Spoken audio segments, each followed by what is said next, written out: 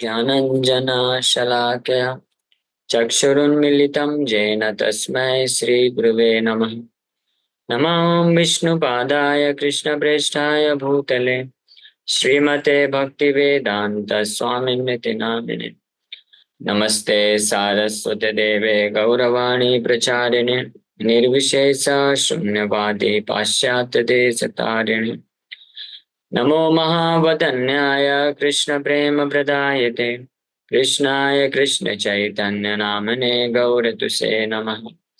जय श्री कृष्ण चैतन्य प्रभु नित्यानंद श्री अद्वैत गदाधर श्रीवासादि गौर भक्त वृंद। हरे कृष्णा कृष्णा कृष्णा हरे हरे, हरे राम राम राम हरे हरे। हरे कृष्णा। तो आप सभी भक्तों का हार्दिक स्वागत है आज के गौर कथा में। तो आज हम लोग चर्चा कर रहे हैं श्री चैतन्य चरितामृत आदि लीला, इसका 5th chapter, glories of Lord Nityananda Balarama. तो नित्यानंद प्रभु की महिमा का वर्णन कर रहे हैं कविराज गोस्वामी, और कैसे उनकी कृपा से उनको वृंदावन धाम में भगवान श्री श्री राधा गोविंद देव जी, राधा मदन गोपाल जी का आश्रय प्राप्त हुआ, उसका वर्णन कर रहे हैं। और राधा गोविंद देव जी के ऐश्वर्य को वर्णन किए, भगवान गोविंद के दिव्य स्वरूप को, उनकी मधुरता का वर्णन किए। और उसके पश्चात बोल रहे हैं, लेकिन जो इस प्रकार से भगवान के विग्रह हैं उनको पत्थर समझता है, तो वो तो मूर्ख नंबर 1 है, और उसको यमराज के द्वारा दंड मिलना चाहिए। से अपराधे तार नाही का निस्तार, घोर नरकेते पढ़े की बलिबार। इस अपराध के लिए उसका कभी उद्धार नहीं होगा। जो भी व्यक्ति भगवान के विग्रह जो होते हैं मंदिरों में, प्रामाणिक विग्रह जो होते हैं, जो प्रामाणिक आचार्यों द्वारा स्थापित होते हैं, तो उनको अगर कोई पत्थर समझता है तो एक महान अपराध बताया गया। इसके ऊपर हम लोग तात्पर्य में चर्चा कर रहे थे कि भगवान भक्ति समुद्र में जीव गोस्वामी बताते हैं कि भगवान अलग अलग प्रकार से प्रकट हो सकते हैं, और भगवान उनमें प्रकट होने के कारण उससे अभिन्न, अपने आप से अभिन्न होते हैं उस रूप में। भगवान मिट्टी के से भी प्रकट हो सकते हैं, धातु से भी हो सकते हैं, पत्थर, वुड, लकड़ी, और यहाँ तक कि पेंटिंग के माध्यम से भी। भगवान का जो फोटोग्राफ्स होता है, पिक्चर होता है, पेंटिंग होता है, उसमें भी वो भी भगवान से अभिन्न होता है। तो जो भक्त पूर्ण श्रद्धा रख करके इस प्रकार से भगवान के पेंटिंग्स हैं, फोटोज हैं या विग्रह हैं, उनका सेवा करते हैं, तो भगवान उनके साथ फिर रेसिप्रोकेट भी करते हैं, आदान प्रदान भी करते हैं। तो इसलिए ये जो विग्रह होते हैं भगवान को, ये भी एक अवतार में काउंट किया जाता है। शास्त्रों में बताया गया कि भगवान के ये अर्चा मूर्ति अवतार है, अर्चा विग्रह अवतार बोला जाता है। कलयुग में भगवान 2 रूप से अवतरित होते हैं, एक अर्चा अर्चा विग्रह के रूप में और दूसरा हरिनाम के रूप में। ये 2 अवतार हैं भगवान के इस कलयुग में। तो अब आगे वर्णन कर रहे हैं। The Padma Purana specifically mentions that anyone who thinks the form of Lord in the temple to be made of wood, stone और metal is certainly in a hellish condition. ये श्लोक हमने कल लास्ट टाइम चर्चा किया था। अर्चे शिलाधीशु, जो अर्चा विग्रह है उसका शिला यानी पत्थर ऐसी बुद्धि रखता है। गुरु नरमति, गुरु को साधारण मनुष्य मानता है। वैष्णव जाति बुद्धि, कि जो वैष्णव है, भगवान के भक्त हैं, उनको किसी पर्टिकुलर जाति से संबंधित मानता है। तो और गंगा को साधारण जल मानता है। तो इस प्रकार के जो लोग इस प्रकार की बुद्धि रखते हैं, तो वो नरक में यातना भोगने के योग्य हो जाते हैं। और मायावादी लोग प्राय इस प्रकार की बुद्धि रखते हैं। Impersonalists are against the worship of the Lord's form in the temple, and there is even a group of people who pass as Hindus but condemn such worship. ये सब इतिहास में हमने पढ़ा है कि कुछ लोग ऐसे हैं जो अपने आप को हिंदू तो बोलते हैं, लेकिन भगवान के विग्रह को नहीं मानते हैं। मूर्ति पूजा का बहिष्कार कर दिया, ऐसा आंदोलन चलाया किसी ने, और वो बड़े फेमस हो गए। लेकिन लोग ये नहीं जानते हैं कि शास्त्रों के विधि के अनुसार जो मूर्ति स्थापित की जाती है, तो वो कोई पत्थर नहीं रहती है, वो भगवान, साक्षात भगवान बन जाते हैं, भगवान ही है। So their so-called acceptance of the Vedas has no meaning. For all the acharyas, even the impersonalist Shankaracharya, have recommended the worship of the transcendental form of the Lord. इस प्रकार से कुछ लोग होते हैं जो बोलते हैं कि हम धर्म का पालन करते हैं, हिंदू धर्म से हैं और वैदिक शास्त्र को स्वीकार करते हैं, लेकिन उसका कोई अर्थ नहीं, क्योंकि वैदिक शास्त्रों में तो स्पष्ट वर्णन है कि भगवान के जो विग्रह होते हैं, जैसे पद्म पुराण का श्लोक, अर्च शिलाधीशो सनारे कीमती, जो अर्च विग्रह को शिला पत्थर समझता है उसकी नरक के समान मति है। Impersonalists like Shankaracharya recommend the worship of five forms known as Panchopasana, which include Lord Vishnu. Vaishnavas, however, worship the forms of Lord Vishnu in his varied manifestations, such as Radha Krishna, Lakshmi Narayan, Sita Ram, and Rukmini Krishna. Mayavadis admit that worship of the Lord's form is required in the beginning, but they think that in the end everything is impersonal. Therefore, since they are ultimately against worship of the Lord's form, Lord Sri Chaitanya Mahaprabhu has described them as offenders. इस प्रकार से अलग अलग प्रकार के offender, अपराधी होते हैं भगवान के अर्चा विग्रह के लिए, लेकिन जो वैष्णव होते हैं, भगवान के भक्त होते हैं, वो भगवान के विग्रह स्थापित करके राधा कृष्ण, लक्ष्मी नारायण, सीताराम, रुक्मणी द्वारकाधीश, रुक्मणी कृष्ण, उनका विग्रह स्थापित करके और प्रेम पूर्वक सेवा करते हैं और भगवान का आदान प्रदान महसूस करते हैं, अनुभव करते हैं, साक्षात्कार करते हैं। ये केवल मेंटल प्लेटफॉर्म में नहीं होता है महसूस करना। महसूस तो कुछ लोग होते हैं जो नए नए भक्ति में आते हैं, वो भी कर लेते हैं। वो भी आकर के भगवान के सामने, विग्रह के सामने आते हैं तो कई बार रोते हैं और बोलते हैं, अरे हम जब मंदिर गए पहली बार, भगवान का दर्शन किए, इतना अच्छा लगा हमको, मन को इतनी शांति मिली। तो वो मेंटल प्लेटफॉर्म में होता है, हालांकि वो भी वास्तविकता है, वो भी सत्य है, वो भी गलत नहीं होता है। तो उसमें भी ये भगवान के विग्रह का ये प्रभाव है, भगवान के धाम विग्रह का, भगवान के कीर्तन का, भक्तों का संग का, भगवान के प्रसाद का ये प्रभाव होता है कि भौतिक रूप से भी इमीडिएटली, तुरंत, जो भौतिक चेतना में व्यक्ति फंसा रहता है उसको भी तुरंत मानसिक स्तर पे कम से कम अनुभव हो जाता है, एक्सपीरियंस कर लेता है वो। लेकिन जो भक्त होते हैं, जो शुद्ध भाव से, शुद्ध भक्त होते हैं, शुद्ध भाव से सेवा में लगे रहते हैं, तो उनका जो साक्षात्कार होता है वो एक अलग स्तर का होता है। वो केवल मन बुद्धि के और शरीर के स्तर पे नहीं होता, आत्मा के स्तर पे वो साक्षात्कार प्राप्त करते हैं, इसलिए इसको साक्षात्कार बोला गया है, रियलाइजेशन। और वो साक्षात देख पाते हैं, समझ पाते हैं, अनुभव कर पाते हैं स्पिरिचुअल प्लेटफॉर्म में कि भगवान है साक्षात उपस्थित। और उस प्रकार के स्पिरिचुअल आध्यात्मिक साक्षात्कार को अनुभव करने के लिए जरूरी नहीं है कि ये भौतिक इंद्रियों के माध्यम से ही किया जाए। हालांकि भगवान जो है वो भी कर सकते हैं, भगवान पूर्ण रूप से स्वतंत्र हैं। हाँ, कई बार भगवान इसलिए ऐसी भी लीलाएं किए हैं कि भक्त द्वारा जो अर्पण किया गया भोग प्रसाद उसको डायरेक्ट खाए भी हैं विग्रह, ऐसे भी हमने कुछ कथा लास्ट टाइम चर्चा किया था। लेकिन भगवान को ये करने की आवश्यकता भी नहीं है। हाँ, ये नहीं भी करते हैं तो आध्यात्मिक साक्षात्कार स्पिरिचुअल लेवल पे होता है, और भक्त जो है भगवान का सेवा करके और भगवान की कृपा से हृदय में इस बात को पूर्ण रूप से साक्षात्कार प्राप्त कर लेता है कि भगवान है जीवन में, भगवान सब कुछ कंट्रोल कर रहे हैं, नियंत्रण कर रहे हैं। और जो जितने मात्रा में आध्यात्मिक जीवन में आगे बढ़ता है तो उतने मात्रा में वो अपने, उसकी जो इंद्रियां हैं, भौतिक शरीर फिर नहीं रह जाता, वो आध्यात्मिक इंद्रियां हो जाती, और फिर उन आध्यात्मिक इंद्रियों से वो भगवान को के साथ साक्षात जो है आदान प्रदान कर सकता है। Shrimad Bhagavatam has condemned those who think the body to be the self as Bhauma Ijjadhi. Bhauma means earth and Ijjadhi means worshipper. There are two kinds of Bhauma Ijjadhi. Those who worship the land of their birth, such as nationalists who make many sacrifices for the motherland, and those who condemn the worship of the form of the Lord. वाह, प्रभुपाद जी दूसरे aspect से इस श्लोक को समझा रहे हैं। ये भागवत का एक श्लोक है, यस गुणपे त्रिधातु के, यस्यात्म बुद्धि आत्मबुद्धि गुणपे त्रिधातु के, भौम इच्छति, जो समझता है भौम, इसमें इस श्लोक में आता है कि जो देहात्म बुद्धि में होता है, शरीर को ही आत्मा समझता है, तो एक उसके लक्षण होते हैं भौम इज्जती बोला जाता है। किस प्रकार के व्यक्तियों के एक लक्षण क्या होता है कि अपने शरीर को वो तीन कफ पित्त वायु से निर्मित मानते हैं। यस्यात्म बुद्धि गुणपे त्रिधातु के स्वधिक स्वधिक कलत्रादिशु भौम इज्जति।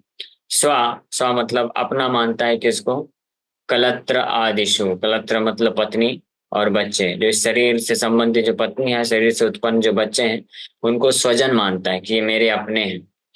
और पहला क्या मानता है, सबसे पहला देहात्म बुद्धि, यानी जो घोर अज्ञानता में है, मोह में है, उस ऐसे व्यक्ति के लक्षण भागवत के श्लोक में बताए गए कि पहला कि वो अपने आप को ये तीन कफ पित्त वायु से निर्मित ये जो शरीर है इसको आत्मा मानता है, यानी मैं ये हूँ, मैं ये शरीर हूँ। फिर दूसरा, इस शरीर को जब अपना मानता है कि मैं हूँ, तो फिर दूसरा प्रकट होता है कि स्वधिक कलत्र आदिशु, स्वधि, धी मतलब बुद्धि, कि ये मेरे हैं, ऐसी बुद्धि रखता है कि पत्नी और बच्चे ये मेरे हैं, उनको संबंध मानता है। दूसरा उसका अज्ञानता मोह रहता है। और फिर तीसरा है भौम इज्जति। भौम इज्जति मतलब भौम मतलब प्लेस ऑफ बर्थ, जिस जिस जगह पे, जिस देश पे जन्म लेता है। तो इज्ज मतलब वो वर्शिपेबल है, पूजनीय है। हाँ, ऐसी बुद्धि रखता है। आप में से कोई सोचेंगे करे ये तो हर कोई रखता है और इसमें तो क्या गलत है। तो हम समझ सकते हैं कि भागवत, इसीलिए भागवत अमल पुराण है, जो इस भौतिक संसार में भौतिक स्तर पे बहुत अच्छा अच्छा माना जाता है। हाँ, लेकिन भागवत स्पष्ट रूप में बताता है कि ये मोह है, ये इल्यूजन है। मोह का मतलब क्या होता है, मोह का मतलब भी कई बार लोग नहीं जानते, गलत समझते हैं। मोह का मतलब होता है इल्यूजन, भ्रम है, यानी जो वास्तविकता नहीं है उसको हम वास्तविक समझ के बैठे हुए हैं। तो इस तरह से यहाँ पे भौम इज्जती बताया गया है कि अपने प्लेस ऑफ बर्थ को ही वर्शिपेबल मानता है। कि मैं इसलिए फिर अलग अलग लोग स्वतंत्रता संग्रामी ये सब होते हैं, तो भौम इज्जती के कारण। तो भौम इज्जती ये तीसरा लक्षण बताया गया है कि जो मोहग्रस्त व्यक्ति होता है। और चौथा एक और लक्षण बताया गया है, यस्तीर्थ बुद्धि सलिले न कर हिचित जनेषु अभिज्ञेषु स एव गोखरा। भागवत तो बड़े स्पष्ट बोलता है कि स एव निश्चित रूप में वो क्या है, एक जानवर है, पशु है। गोखरा, गो मतलब गाय और खरा मतलब जो है ऐस, गधा। गधा और गाय से कंपेयर किया गया है। ऐसे व्यक्ति, इस प्रकार की बुद्धि को रखने वाले, तो ये चार प्रकार। तो तीसरा भौम इज्जती बताया गया है। और चौथा यस्तीर्थ यतीर्थ बुद्धि सलिले न करेचित जनेषु अभिज्ञेषु, अभिज्ञेषु जनेषु। हाँ, अभिज्ञेषु मतलब जो भगवान के भक्ति तत्व को जानते हैं, ऐसे जान, यानी भगवान के भक्त हैं। तो न करे ही चित, उनको सम्मान नहीं देता है, यानी उनसे श्रवण करना नहीं पसंद करता है। लेकिन तीर्थ बुद्धि सलीले, सलीले मतलब पानी जल, कि तीर्थ स्थान में गए तो वहां पे जाकर के किसी कुंड में, नदी में जाकर के डुबकी लगा ली, हमारा हो गया तीर्थ भ्रमण, यही है हमारे लिए तीर्थ। ये ऐसी जो बुद्धि रखते हैं कि तीर्थ स्थान में जाकर के अगर दो चार परिक्रमा लगा लिए और किसी कुंड में जाके स्नान कर लिए, मंदिर में जाकर के दर्शन कर लिए, उसी को समझते हैं कि हमारा तीर्थ हो गया। लेकिन वास्तव में ये क्या है, ये एक बहुत बड़ा मोह है, इल्यूजन है, भ्रम है, अगर जो व्यक्ति ऐसा सोचता है। तीर्थ में जाकर के कुंड में, नदी में स्नान करना, परिक्रमा करना, ये गलत नहीं है ना, ये इसको गलत नहीं बोला जा रहा है। लेकिन जो ये बुद्धि रखता है कि केवल यही करके आ जाना वापस, तो ये पिकनिक हो गया, इसको तीर्थ भ्रमण नहीं बोला जाता है।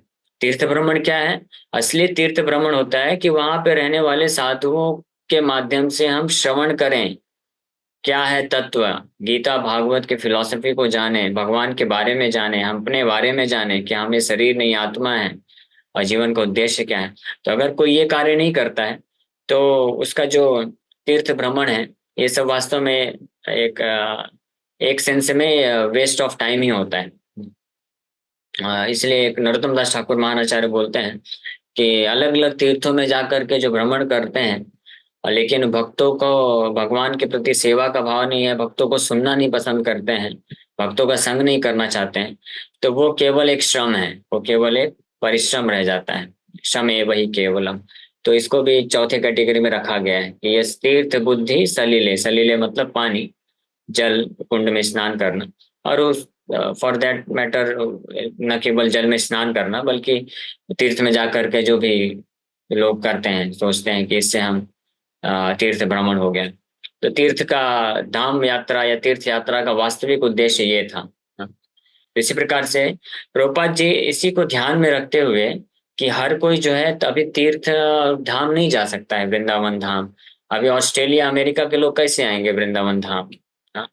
तो प्रभुपाद जी इस विचार किए कि जो तीर्थ का मुख्य उद्देश्य है कि जनेषु अभिज्ञेषु कर हिचित, यानी जनेषु अभिज्ञेषु जन जो है भक्त लोग हैं उनका संग मिलना चाहिए, तीर्थ का ये मुख्य उद्देश्य है। तो प्रभुपाद जी खुद जो है चले गए और हर जगह इस्कॉन के केंद्र खोल दिए और वहां पे भक्तों का संग प्रदान कर दिए, सोसाइटी।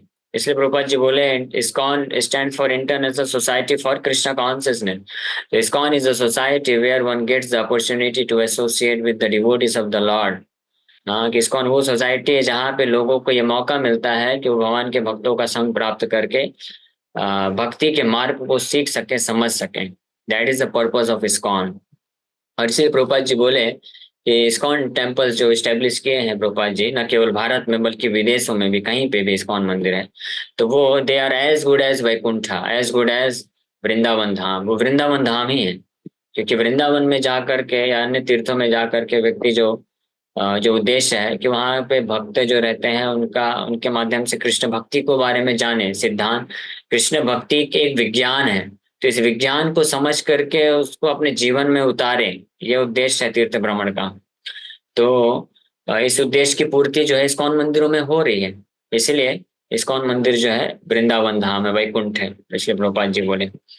तो इस प्रकार से तो ये श्लोक बहुत महत्वपूर्ण है। तो हालांकि यहाँ पे इस श्लोक में ये जो भाव इज्जती आया है कि जो अपने प्लेस ऑफ बर्थ कोई वर्शिपेबल मानता है, तो इसका एक दूसरा एस्पेक्ट प्रभुपाद जी बड़ा सुंदर वर्णन कर रहे हैं कि ऐसे लोग जो भगवान के विग्रहों को स्वीकार नहीं करते हैं और वो सोचते हैं कि वन भगवान के विग्रह जो पत्थर हैं तो वो भी ये भाव भाव में इज्जती की कैटेगरी में। सच who makes many sacrifices, हाँ, and those who condemn the worship of the form of the Lord, ये भी एक प्रकार के कैटेगरी के लोग हैं। यानी जो लोग भगवान के विग्रह का जो पूजा होता है, आराधना होता है, उसको स्वीकार नहीं करते हैं, सोचते हैं कि क्या पत्थर की मूर्ति को ये लोग भोग लगाते हैं, पूजा करते हैं। तो ऐसे लोग भी किस कैटेगरी में है? भाव में इज्जत ही बोला गया है। और ऐसे इस प्रकार के लोगों को स एव गोखरा, वो जानवर के तुल्य हैं। ये भागवत बोल रहा है, हम लोग नहीं बोल रहे हैं। So one should not worship the planet Earth or land of his birth, nor should one condemn the form of the Lord, which is manifested in metal or wood for our facility. Material things are also the energy of the Supreme Lord. Prabhupada ji एक lecture में जब विग्रह के बारे में बता रहे थे तो वहां पे वर्णन करते हुए ये बताते हैं कि कुछ लोग जो है ऑब्जेक्ट करते हैं कि ये देखो हरे कृष्णा वाले पत्थर का पूजा कर रहे हैं। तो प्रभुपाद जी बोलते हैं they are saying that we are worshipping idol, कि हम लोग जो है मूर्ति आइडल मूर्ति का स्टैचू का पूजा करते हैं। बट दे आर वर्शिपिंग, उनका जो बड़े बड़े कोई पॉलिटिशियन होते हैं चौराहे में उनका मूर्ति लगा देते हैं। हाँ? और साल में एक बार जब उनका जन्म दिवस होता है तो जा करके पहले तो दो चार जो चपरासी लोग होते हैं ऊपर चढ़ के उसमें जितना भी पूरे साल भर में कौवा कबूतर जो भी टॉयलेट किया है उसको सफाई करते हैं। फिर जो मंत्री आकर के वो गार्लैंड पहनाएगा और पूजा करेगा। तो प्रभुपाद जी बोलते हैं कि वो हमको बोलते हैं कि हम लोग जो है पत्थर का पूजा कर रहे हैं और वो जो है they are worshipping their politician, their leader very nicely. तो इस प्रकार से तो इसको बोलते हैं कि ये भाव इज्जत ही। हालांकि वो खुद जो है ऐसा करते हैं और नेग्लेक्ट करते हैं जिनके भी उनके जो भी वर्शिपेबल है। और हम लोग यहाँ पे भक्त लोग जो है कृष्ण का इतना सुंदर आराधना करते हैं। दिन में 2 बार भगवान कृष्ण का ड्रेसिंग होता है, ड्रेस चेंज होता है। भगवान कृष्ण स्वयं है ये समझ के भक्त लोग बड़े प्रेम पूर्वक उनका सेवा करते हैं, उनको स्नान कराते हैं, कपड़े पहनाते हैं, ड्रेसिंग करते हैं, श्रृंगार करते हैं 2-2 ढाई-ढाई घंटे। और भगवान को 6 बार भोग लगता है, आरती होता है, फूल अर्पण करते हैं। लाखों की संख्या में लोग आते हैं और भगवान को अर्पण करते हैं। भगवान बोले पत्रम पुष्पम फलम त्वयं, तो लाखों की संख्या में लोग आकर के अर्पण करते हैं। तो ये सब मूर्ख लोग हैं और ये पत्थर को अर्पण कर रहे हैं, पत्थर की पूजा कर रहे हैं। और वो लोग जो हैं जो चौराहे में एक पुतला खड़ा कर दिए हैं, साल में एक बार आकर के सफाई करके गालिन पहनाते हैं, वो उनका अच्छे से पूजा कर रहे हैं। इस प्रकार से कलयुग की दुर्दशा के कारण लोग ऐसे भ्रमित रहते हैं। लेकिन भक्त लोग को ये फर्क नहीं पड़ता, कोई कितना भी कुछ भी बोलता रहे। भक्त जो है भगवत चेतना में स्थित होने के कारण पूर्ण रूप से जानते हैं कि वो जो कर रहे हैं बिल्कुल परफेक्ट कर रहे हैं, क्योंकि उनको साक्षात्कार मिलता है भगवान की कृपा से, भगवान आदान प्रदान करते हैं। हे न ये गोविंद प्रभु पाइनु यहाँ हिते, ताहार चरण कृपा के पारे वर्णिते। Therefore, who can describe the mercy of the lotus feet of him, Lord Nityananda, by whom I have attained the shelter of this Lord Govinda? इसलिए कौन ऐसे परम दयालु भगवान श्री नित्यानंद प्रभु के चरण कमलों की कृपा का वर्णन कर सकता है, जिनके बल पे, जिनकी कृपा से मैं भगवान गोविंद का आश्रय प्राप्त किया। इसलिए मैं कैसे वर्णन करूं उनकी कैसी अद्भुत कृपा है। वृंदावने वैसे यत वैष्णव मंडल, कृष्ण नाम परायण परम मंगल। All the groups of Vaishnavas who live in Vrindavan are absorbed in chanting the all auspicious name of Krishna. वृंदावने वैसे यत वैष्णव मंडल, वृंदावन में स्थित ऐसे लाखों लाखों वैष्णव हैं जो कृष्ण नाम परायण परम मंगल, भगवान कृष्ण का दिव्य नाम के प्रति समर्पित हैं। परायण है, परायण मतलब समर्पित है पूरी तरह से। Addicted to the name of Lord Krishna, Prabhupada ji लिख रहे हैं एडिक्टेड, उनको नशा चढ़ा हुआ है। तो ये सब हम देख सकते हैं कि इसका मतलब ये सब साधारण चीज नहीं है। कोई आप देख लीजिए, भगवान के पवित्र नाम के अलावा इस पूरे पृथ्वी में ऐसा कोई और शब्द है या नाम है किसी भी व्यक्ति का, कोई भी वस्तु का, जिसके प्रति लोग इतने ज्यादा परायण हो, इतने ज्यादा एडिक्टेड हो? ऐसा है क्या? हो ही नहीं सकता, इम्पॉसिबल। तो ये अपने आप में ये प्रमाणित करता है कि कृष्ण नाम से के प्रति लोग परायण हैं, हजारों नहीं लाखों की संख्या में। यानी भगवान कृष्ण का नाम साधारण नहीं है, भगवान के विग्रह हैं, लाखों करोड़ों की संख्या में लोग आते हैं, दर्शन करते हैं डेली। यानी ये साधारण नहीं है। साधारण होता तो कैसे लोगों को, इतने सारे लोगों को ऐसे प्रेरणा मिलता? तो ये बिल्कुल भी साधारण नहीं। कृष्ण का नाम, प्रभुपाद जी एक लेक्चर में बोलते हैं कि आप कोई भी भौतिक वस्तु का नाम चैंट करो, आप नहीं कर पाओगे। 2 मिनट, 5 मिनट, 8 मिनट, 10 मिनट आप थक जाओगे। लेकिन जो डिवोटीज हैं वो कृष्ण के नाम चौबीसों घंटे जप कर सकते हैं without getting tired. Prabhupada ji बोलते हैं कि बिना थके चौबीसों घंटे भगवान के भक्त जो है कृष्ण का नाम ले सकते हैं। इसका मतलब कृष्ण का नाम कोई साधारण नहीं है, भौतिक नहीं है। जैसे हम बोलते हैं हरे कृष्ण कृष्ण कृष्ण हरे हरे, हरे राम राम राम हरे हरे, हरे कृष्ण कृष्ण कृष्ण हरे हरे, हरे राम राम राम हरे हरे। तो ये जो नाम हम जप कर रहे हैं ये भौतिक नहीं है। साउंड वाइब्रेशन भले ही भौतिक रूप से दिख रहा है, लेकिन भगवान ये भौतिक शब्द ध्वनि में अपने आप को प्रेजेंट कर लेते हैं। ये भौतिक है भी नहीं वैसे भी। इस प्रकार से भगवान और भगवान के विग्रह, भगवान का नाम, सब कुछ जो है दिव्य स्थिति में रहता है। ओके, तो इसी के साथ यहीं पे विराम करेंगे। Thank you very much. किसी भक्त का कोई प्रश्न है तो पूछ सकते हैं। हरे कृष्ण।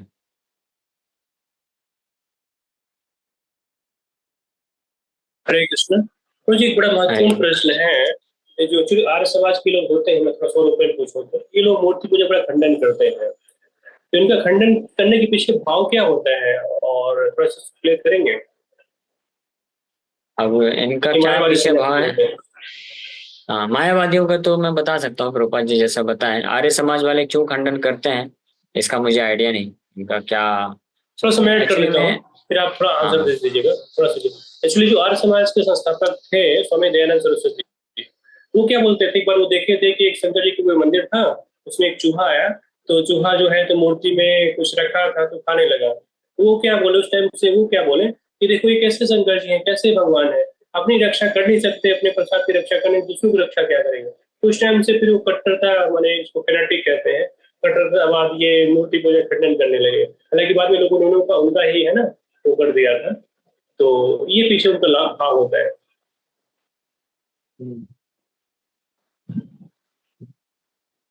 हाँ, तो यही है कि इसका मतलब ये है कि वो शास्त्र शास्त्र दृष्टिकोण से समझने का प्रयास नहीं किए, शास्त्रों की दृष्टि से देखने का प्रयास नहीं किए कि शास्त्र कैसे वर्णन करते हैं। शास्त्र बताते हैं हमको कि भगवान जब विग्रह के रूप में आते हैं तो भगवान ही है, वो परम शक्तिमान है, लेकिन भगवान वहां पे सेवा स्वीकार करने के भाव से आए हैं। वहां पे भगवान पूरी तरह से निर्भर रहते हैं अपने भक्तों पे। तो इसलिए जो व्यक्ति नास्तिक होता है, भगवान के विग्रहों को कुछ नष्ट करने की दृष्टिकोण से आता है, तो भगवान उसके लिए पत्थर के जैसे ही रहते हैं। लेकिन जो भक्ति भाव से आते हैं तो भगवान उनके लिए भगवान के रूप में आदान प्रदान करते हैं। और भगवान अपने भक्तों पे छोड़ देते हैं अपने आप को पूरी तरह से। भक्त मेरे को सुरक्षा करेगा तो ठीक है, नहीं है तो कोई दिक्कत नहीं। वैसे भगवान को कोई हार्म नहीं पहुंचा सकता है। तो ये श्रद्धा की बात है, विश्वास की बात है। हालांकि भगवान चाहे तो ऐसी भी लीलाएं किए हैं, या कभी कभी भगवान इस प्रकार से भी लीला किए हैं कि अपने आप को सुरक्षित भी किए हैं, अपने भक्तों को भी बचाए विग्रह के रूप में रहकर भी। जैसे जगन्नाथ जी हैं। तो जगन्नाथ जी जगन्नाथपुरी में एक राजा थे, तो वो दूसरे राज्य में अटैक हुआ। तो वो जो राजा था बहुत पावरफुल था, और डील ये हुआ था कि अगर वो जगन्नाथपुरी के जो राजा हैं उनको हरा देगा, तो जगन्नाथ जी को बंदी बना के ले जाएगा और उनको अपने जो है दास के रूप में, उनके जो विग्रह थे, मेरे ख्याल से गणपति जी थे, तो बोले कि उनका उनके मंदिर में उनको जगन्नाथ जी को दास के रूप में लेके जाएगा। ऐसा डील हो गया। तो ये राजा जो आके जगन्नाथ जी को बोले कि देखिए अब प्रभु, अब आप मेरी शक्ति जानते हैं, उसकी शक्ति जानते हैं, अब आप देखिए कैसे क्या करना है, आप मदद करिए। तो ये महान भक्त थे। तो भगवान जगन्नाथ और बलदेव खुद घोड़ा लेकर के चले, और वो युद्ध होने के पहले यहाँ का राजा युद्ध स्थल में जाकर के युद्ध करने के पहले भगवान ही जाकर के सब सफाया करके जीत के आ गए। तो भगवान इस प्रकार की भी लीला किए हैं कई बार। लेकिन प्राय जो है भगवान के जब विग्रह के रूप में आते हैं तो वो डिपेंडेंट रहते हैं, आश्रित रहते हैं अपने भक्तों पे। मेरे भक्त अगर अच्छे से सेवा करेंगे तो ठीक है, अगर भक्त लापरवाही करेंगे तो भगवान वो तपस्या करते हैं। प्रभुपाद जी ऑस्ट्रेलिया में भगवान को छोड़ के आए, भगवान को प्रार्थना किए कि हे भगवान, मैं आपको ये इन लोगों के पास छोड़ के आ रहा हूँ, ये सब नए लोग हैं, आप कृपा करके इनकी सेवा को सहन कर लीजिएगा। यानी ये लोग अच्छे से नहीं कर पाएंगे, लेकिन आप सहन कर लीजिएगा, आप दया करिएगा। तो भगवान बोले ऑल राइट, ठीक है। यहाँ जुहू में भगवान शेड के नीचे थे और ऊपर से पानी भी गिरता था। तो प्रभुपाद जी भगवान को प्रार्थना किए, बोले भगवान, हे राधा रास बिहारी, आप यहाँ पे रहिए कुछ दिन और, मैं आपको प्रॉमिस करता हूँ कि आपके लिए मैं एक बहुत बड़ा पैलेस बनाऊंगा। भगवान बोले ऑल राइट। प्रभुपाद जी बोलते my dear sir, please stay here, I will build you a very nice palace for you. तो भगवान ये भक्ति, ये प्रेम का आदान प्रदान है। जो भक्त नहीं वो क्या समझेंगे, वो मूर्ख लोग ऐसे ही बोलेंगे कि देखो भगवान अपनी सुरक्षा नहीं कर पा रहे। तो इसलिए we don't care for that, वो क्या बोलते हैं क्या सोचते हैं। We follow our acharyas and scriptures. ये संगीता माता जी। हरे कृष्ण प्रभु जी। प्रभु जी, हमें एक ही चीज माननी चाहिए ना कि भगवान और भगवान के विग्रह में कोई अंतर नहीं है। सीधे सीधे जो हमारे घर में विग्रह है वो स्वयं भगवान है। उनसे अपने मन की बात या जो भी भक्तों को वैसे ही वार्ता करनी चाहिए जो आप कथाएं बताते हैं। हाँ, कि भगवान भगवान के विग्रह से अभिन्न है। और वो एक व्यक्ति है, ये भी कि भगवान एक व्यक्ति है, पर्सन, पर्सनैलिटी। तो उनकी भी फीलिंग्स हैं। तो जैसे हम किसी व्यक्ति का जैसे सेवा करते हैं तो उस प्रकार से भगवान का भी सेवा करना चाहिए। इसलिए हमारे मंदिरों में हम भगवान को सुलाते भी हैं, नहलाते भी हैं, खिलाते भी हैं, उनके पैर भी धोते हैं, उनको जो आचमन कराते हैं, उनको मुखवास देते हैं, सब कुछ देते हैं जो एक व्यक्ति को देना चाहिए, जिससे वो कंफर्टेबल महसूस कर सके। इसलिए लड्डू गोपाल के भी प्रभु जी जैसे पैर पर, मतलब हम लोग अपने बालक के पैर दबाते हैं कि वो थक गए, तो वैसे लड्डू गोपाल के लिए भाव रख सकते हैं क्या? हाँ, रख सकते हैं। रात्रि को सुलाते वक्त आप उनका मसाज करके अच्छे से सुलाइए। हाँ जी। लेकिन एक बार ये ध्यान रखना चाहिए कि हम लोग अभी साधक स्टेज में हैं, तो हम उसी प्रकार से हमको सेवा करना चाहिए जैसे हमारे आचार्यों ने दिया है। कई बार ऐसा होता है कि कुछ माएँ जो होती हैं सोचती हैं कि लड्डू गोपाल हमारा पुत्र है, तो अपना वो दूध पिलाने लग जाती हैं। ये सब जो है अनऑथराइज है। तो इस तरह भी नहीं होना चाहिए। लेकिन हमारे आचार्य, प्रामाणिक आचार्यों ने जिस प्रकार से कृष्ण का सेवा, कृष्ण एक व्यक्ति है, किस प्रकार से उनका सेवा करना चाहिए, वो सीख करके वैसे करना चाहिए। अपने मनमाने तरीके से भी हमको नहीं करना चाहिए। लेकिन आपने जो बोला वो कर सकते हैं। भगवान को लास्ट में जब हम सुलाते हैं तो उनको मसाज करके उनको सुला सकते हैं। थैंक यू प्रभु जी। टाइम हो गया है तो कुछ कृष्णा जी को मारने लगी थी। अभी कुछ 2 साल हो गया है, मैं वेजिटेरियन बन गई हूँ। चिकन, मांस, मच्छी कुछ नहीं खाती हूँ। जब मतलब कथा सुनने से मुझे ऐसा कुछ हुआ, तो जब से मैंने छोड़ दिया है। बट लोग अभी भी मुझे यही कहते हैं कि तू बचपन में तो चिकन खाई थी ना, तो अभी तू छोड़ने से ना ही तो ब्राह्मण ना ही तो वो बन जाएगी, तो ये सब जो नाटक है सब मत कर। मैं सिर्फ 17 साल की हूँ, ओके तो ओके, अभी क्या कहना। हाँ समझ गया। तो हालांकि थोड़ा कम समय है तो इसलिए मैं शॉर्ट में आपको आंसर दे देता हूँ। आपको फर्क नहीं पड़ना चाहिए कि कौन क्या कह रहा है, आपको फर्क पड़ना चाहिए केवल कि कृष्ण क्या कह रहे हैं मेरे बारे में, है ना। तो आपको जान के खुशी होगी, कृष्ण बोलते हैं नो प्रॉब्लम संध्या, संध्या जी कोई हाँ दिक्कत हाँ नहीं, आपने बचपन में अज्ञानता में रह के कुछ भी किया कुछ भी खाया, नो प्रॉब्लम। अभी आप मुझे जान के मेरा भक्ति आप करना चाहते हैं तो आप अब छोड़ देंगे तो मैं आपको पूरी तरह से स्वीकार करने को तैयार हूँ। तो भगवान कृष्ण आपको स्वीकार करने के लिए तैयार हैं पूरी तरह से, अगर आप अब से जो है जो भी भगवान के मार्गदर्शन है आदेश है उसको पालन करते हैं। तो अगर भगवान स्वीकार है, हमको स्वीकार करने के लिए तैयार हैं, तो फिर डजेंट मैटर, क्या फर्क पड़ता है कि कौन क्या बोल रहा है, उससे कोई फर्क नहीं पड़ना चाहिए, ठीक है ना। तो आप निश्चिंत रहिए, आप जी। अच्छे से पालन करिए और भगवान की भक्ति में रहिए और नाम जप करते रहिए, भगवान कृष्ण आपको स्वीकार करेंगे। हरे कृष्ण। ठीक है, धन्यवाद।